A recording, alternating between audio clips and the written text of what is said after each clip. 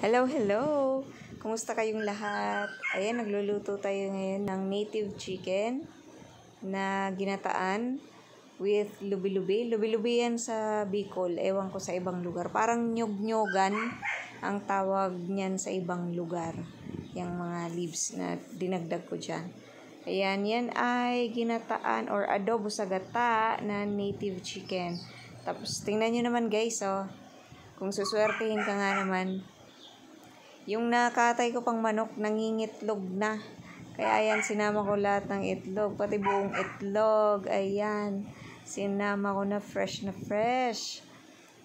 Ayan. Ang sarap niyan. Oh, ginataan. Ang ginawa ko, ginisa ko muna sa luya, bawang, sibuyas. Then, ngayon, lagyan natin ng kakanggata.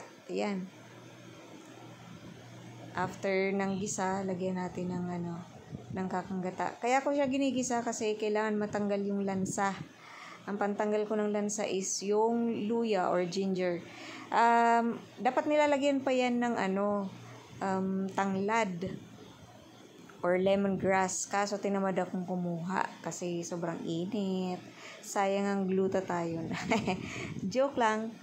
Tapos, ayan, patutuyuin natin yung gata hanggang sa magmantika. Then, kung bet nyo, lagyan nyo ng sili para maanghang. Ayan, for sure. Talo-talo. Yung sinaing nyo, isang kalderong kanin, sigurado taob, ubos, at mag-aaway-aaway pa kayo. Pag ganyan ang ulam nyo. Ayan. Okay, pakuluin natin siya. Sarap niyan. Ayan na guys, oh, nagmamantika na siya. Ang sarap. Ready na kainin. Tara, let's eat. Sarap po niyan. Thank you so much for watching. Bye. Love you all. Okay, ready nyo na yung mga kanin nyo. Sumabay kayo sa pagkain namin. Again, adobong native chicken. Adobo sa gata. Sarap yan. Gawa na lang tayo sa usawa na maanghang. Thank you. Bye.